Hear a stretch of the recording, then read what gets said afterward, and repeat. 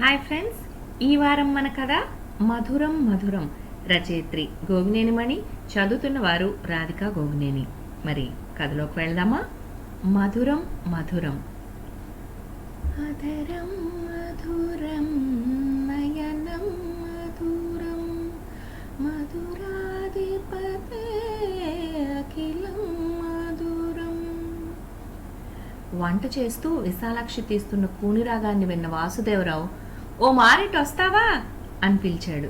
చేస్తున్న పని ఆపేసి ఆవిడ హడావిడిగా మంచం మీద నీరసంగా పడుకుని ఉన్న భర్త దగ్గరకు వచ్చి, ఆకలిగా ఉందా, తినటానికి ఏమైనా తీసుకురానా అని అడిగింది. వద్దన్నట్లుగా తల ఊపిన ఆయన, నీ పాట కొంచెం మెల్లగా వినిపించి ఇక్కడే కూర్చుని పాడొచ్చు కదా అని అడగటానికి పిలిచాను అన్నాడు చిరునవ్వుతో. ఆవిడ ఫక్కుమంది. పనులు చేస్తూ తీసే కూని రాగాలే గాని కచేరీలో కూర్చుని పాడినట్లుగా నేనేం పాడగలను అంటూనే కుర్చీని మంచం పక్కకి లాక్కుని కూర్చుంది.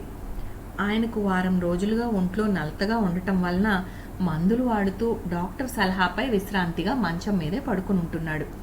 ఏవో కబుర్లు చెప్పుకోవాలనే ఉద్దేశంతోనే తనను పిలిచాడని ఆవిడకు అర్థమైంది. నువ్వు పాటలు బాగా పాడతావని మన పెళ్లి చూపుల నాడు మీ వాళ్ళు చెప్పారు కదా. చిరునవ్వుతో ఆయన జ్ఞాపకం చేసేసరికి ఆవిడ మళ్ళీ పక్కపక్క నవ్వింది. బాగుంది, ఆనాటి మాటను ఇప్పుడు గుర్తు చేస్తున్నారా? మా పెదనాన్నగారు అబ్బాయి రామమన్నయ్య అప్పుడే మీకు వివరణ కూడా ఇచ్చాడుగా. బాగా అంటే ఎక్కువగా అని అర్థం కాని చక్కగా అని మాత్రం కాదండోయ్ అని నవ్వాడు కూడా కదా. అవునా?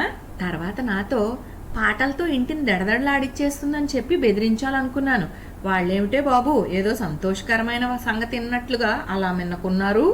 అంటే వాళ్ళకి గుండె ధైర్యం ఎక్కువేనన్నమాట అంటూ ఆట పట్టిస్తూ ఎంతగా నవ్వాడో అంది విశాలాక్షి. ఆ జ్ఞాపకంతో కాబోలు ఆవిడ పెదవులు చిరునవ్వుతో విచ్చుకుంటే కన్నుల్లోకి మెరుపు వచ్చింది. వాసుదేవరావు కూడా అప్పటి జ్ఞాపకాల్లోకి వెళ్ళిపోయాడు. మీ రామం అన్నయ్యలాగే నాతో పాటు వచ్చిన రమణ అల్లరివాడే.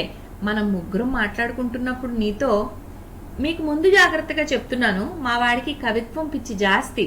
రాసే అలవాటు లేదు గాని కూసే అలవాటు ఉన్న ఓ 10 మందిని చేరతీసి ఇంటిని వాళ్ళ కవితా గానాలతో దద్దరిల్లేలా గోల గోలగా మార్చేస్తాడండి. చెప్పాల్సింది నేను చెప్పేశాను, ఆ పైన మీ ఇష్టం, బాగా ఆలోచించుకోండి అంటూ నవ్వాడుగా. వాడి అంచనా ప్రకారం నువ్వు సరదాగా అయినా బెదురు భయం నటించకుండా చెప్పిన సమాధానానికి నిజంగా మా అందరికీ మతిపోయిందనుకో. సరదాగా ఆ మాటల్ని ఇప్పుడు మళ్ళీ ఓసారి చెప్దు. ఆయన పెదవులు చిరునవ్వుతో విచ్చుకున్నాయి. ఆవిడ ఓ క్షణం చురుగ్గా చూసి తర్వాత ముసిముసి నవ్వుతో మొహం కొంచెంగా వాల్చి, అప్పుడేదో చిన్నతనం కొద్దీ రమణ గారి మాటలకు సరదాగా సమాధానం చెప్పేశాను. ఆయన అలా కలుపుగోలుగా మాట్లాడుతుంటే నేను మౌనంగా ఉండలేక ఏదో అనేశాను గాని ఇన్నేళ్ల తర్వాత ఇంకా ఏం గుర్తుంటాయి అంది. నీకు గుర్తు లేకపోవడం కాదులే, మొహమాట పడుతున్నావు అనిపిస్తోంది. అవునా? నాకు మాత్రం ఆ మాటలు మనసులో అలా ముద్రించుకుపోయాయి. మర్చిపోవడం కాదు సరికదా, ఎన్నిసార్లు నెమరు వేసుకున్నానో. అక్షరం పొల్లుపోకుండా చెప్పనా? బాగా ఆలోచించుకోమని చెప్తూ నన్ను సరదాగా భయపెట్టాలనుకుంటున్నారని తెలుస్తోందిలేండి. ఆయన ఇల్లు కవికుమారుల కవితాగానాలతో కళకళలాడుతుందనిపిస్తోంది గాని నేనేం బెదిరిపోవటం లేదు.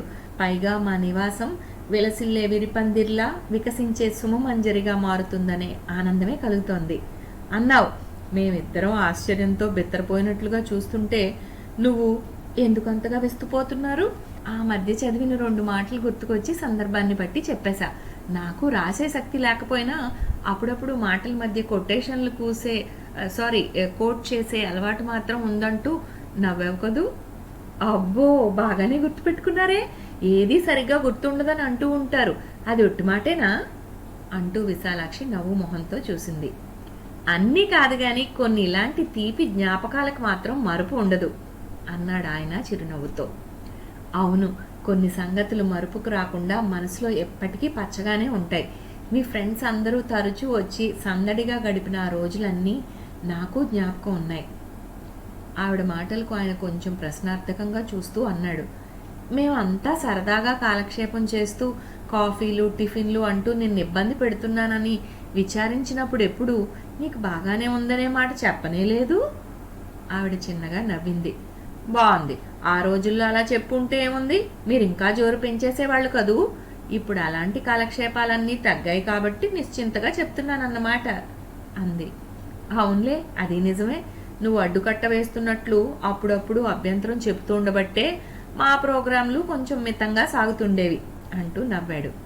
నాకు ఇప్పటికీ గుర్తు, ఒకరోజు మీ అందరికీ ట్రేతో టీలు పట్టుకొస్తున్న సమయంలో మీ ఫ్రెండ్ ఒక ఆయన శ్రీశ్రీ మహాప్రస్థానం కాబోలు గట్టిగా ఆవేశంగా గానం చేస్తూ కనపడలేదా మరో ప్రపంచపు అగ్ని కిరీటపు బుగబొగలు అనేసరికి నాకు వణుకు వచ్చేసి టీ కప్పుల్లోని టీ కూడా కొంచెంగా ట్రేలో ఒలిగింది. అది తలుచుకున్నప్పుడల్లా చాలా నాళ్ళు భలే నవ్వొచ్చేది కూడా. ఇంకొక ఆయన ఎవరు, పేరు వంశీయే అనుకుంటా, అవునా? ఎప్పుడొచ్చినా అందరి కోరికపై పాత సినిమా పాటలు పాడేవారు. అసలు వాటికి ఏ మాత్రం తగ్గని స్థాయిలో ఆయన కంఠం అంత బాగుండేది. నేను ఇంట్లో పనులు చక్కబెట్టుకుంటూనే ఆ పాటలు వినటం ఎంత ఇష్టంగా ఉండేదో. ఆ తర్వాత కూడా కొన్నాళ్ల వరకు నాకు ఇష్టమైన కొన్ని పాటల్లోని ఆ చరణాలు చెవుల్లో గింగురుమంటూనే ఉండేవి. ఇప్పటికీ కూడా అవి కొన్ని మనసులో మెదులుతూనే ఉంటాయి. ఈనాటి పున్నమి ఏనాటి పుణ్యమో, ఆ చందమామలో ఆనందసీమలో వెన్నెల స్నానాలు చేయుదమా, పూచిన ప్రతి తరువొక వధువు పువ్వు పువ్వున పొంగెను మధువు, పసిడి అంచు పైట జార పయనించే మేఘబాల, చెలి నవ్వులెనురగలు కాగా సెలయేరులు కులుకుతురాగా, ఒడిలో చెలి మోహన రాగం జీవితమే అనురాగయోగం. ఆగి ఆగి గుర్తు చేసుకుంటున్నట్లుగా 2-3 పాటల్లోని ఆ చరణాలను అలా రాగం తీస్తూనే అబ్బో ఇలా చెప్పుకుంటూ పోతే లిస్టు చాంతాడవుతుంది అంటూ నవ్వి మాటలు ముగించింది విశాలాక్షి. ఆ రోజుల జ్ఞాపకంతో ఆయన పెదవులపైకి మందహాసం వచ్చింది. ఆవిడే మళ్ళీ మొదలుపెట్టింది. మీకు గుర్తుందిగా, ఒకసారి మీ ఆఫీస్ వాళ్ళు కుటుంబాలతో ఏర్పాటు చేసిన కార్తీక మాస వనభోజనాలకు వెళ్ళినప్పుడు ఒక ప్రోగ్రాం ఏదో గాని అందులో భాగంగా మన పెద్దవాళ్ళందరికీ ప్రశ్నాపత్రాలు ఇచ్చి జవాబులు రాయమన్నారు. మీ ఫ్రెండ్ పేరేమిటి అనే ప్రశ్నకు జవాబుగా మన ఇద్దరం అనుకోకుండానే ఒకరి పేరు మరొకరు రాసేశాం. అందరూ ఆశ్చర్యపోవడమే కాదు, అన్యోన్య దంపతులు అంటూ మనల్ని ఎంత ఆట పట్టించారో. ఏదో పేరు చెప్పి గిఫ్ట్ కూడా ఇచ్చి మిమ్మల్ని ఓ 2 మాటలైనా చెప్పాల్సిందేనని బలవంతం పెట్టారు కదూ. అప్పుడు మీరు చెప్పిన ఆ మాటల్ని అందరూ మెచ్చుకున్నారు కూడా. ఇప్పుడు ఒకసారి మళ్ళీ చెప్పండి. ఆవిడ గోముగా అడిగిన తీరుకి ఆయన పెద్దగా నవ్వేశారు. ఇన్నేళ్ల తర్వాత మన పిల్లలు పెద్దవాళ్ళయి ఎవరి దారిన వాళ్ళు వెళ్ళిపోయాక ఇంకా అప్పటి ముచ్చట్లు ఇప్పుడు ఎందుకు, అయినా నాకు గుర్తు కూడా లేవులే. ఆ మాటలకు ఆవిడ అబ్బో అంటూ నవ్వి, మరి ఇప్పుడే కదూ పెళ్లి చూపుల నాటి కబుర్లన్నీ నెమరేసుకున్నాము. సరే, మీకు మొహమాటంగా ఉన్నట్లుంది, నేనే చెప్తా. ఆ వాక్యాన్ని నేను ఆ రోజు తర్వాత కూడా మనసులో ఎన్నిసార్లు మురిపంగా మననం చేసుకున్నానో మరి.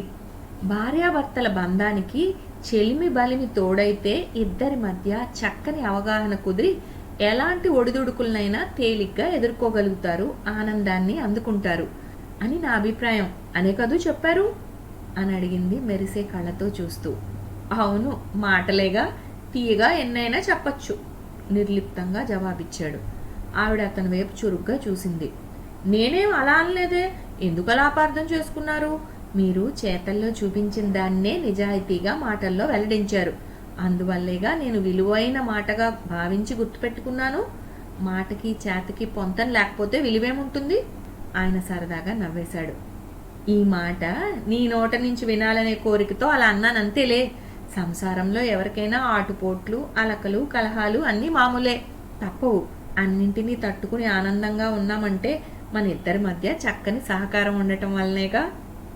అవును అంటూనే ఆవిడ చటుక్కున లేచి నిలబడి, అయ్యో మాటల్లో పడి కూర సంగతే మర్చిపోయాను. నోటికి మీకు హితవుగా ఉండాలని చేస్తున్నది కాస్త పనికి రాకుండా అయి ఉంటుంది అంది హడావిడి పడుతూ. ఆయన ఆవిడ చేయి పట్టుకుని ఆపుతూ, కంగారు పడుకు, పర్వాలేదు, పనికి రాకపోతే తీసేద్దాంలే, పెరుగుతో సరిపెట్టేసుకుందాం. ఇలా ఇన్నాళ్ల తర్వాత తీరుబడిగా కూర్చుని కబుర్లెన్నో నెమరేసుకున్నాం. దాంతోనేమో తెలియదు గాని మనసుకెంతో ఉల్లాసంగా ఉంది తెలుసా అన్నాడాయన చిరునవ్వుతో. నిజమే, మనసారా చెప్పుకున్న కబుర్లలో ఆనందమే కాదు ఆరోగ్యము కలుగుతుందట, ఆయుష్ పెరుగుతుందట. అందుకే ఎవరైనా మన మనసుల్లో మధురమైన జ్ఞాపకాల్ని మాత్రమే ఉంచుకుని అప్పుడప్పుడు నెమరు వేసుకుంటుంటే జీవితం మధురం మధురం అనిపిస్తుంది కదూ అంది విశాలాక్షి భర్త వైపు చిరునవ్వుతో చూస్తూ. ఇంతటితో మధురం మధురం కథ సమాప్తం. వచ్చే వారం ఇంకో కథతో కలుద్దాం.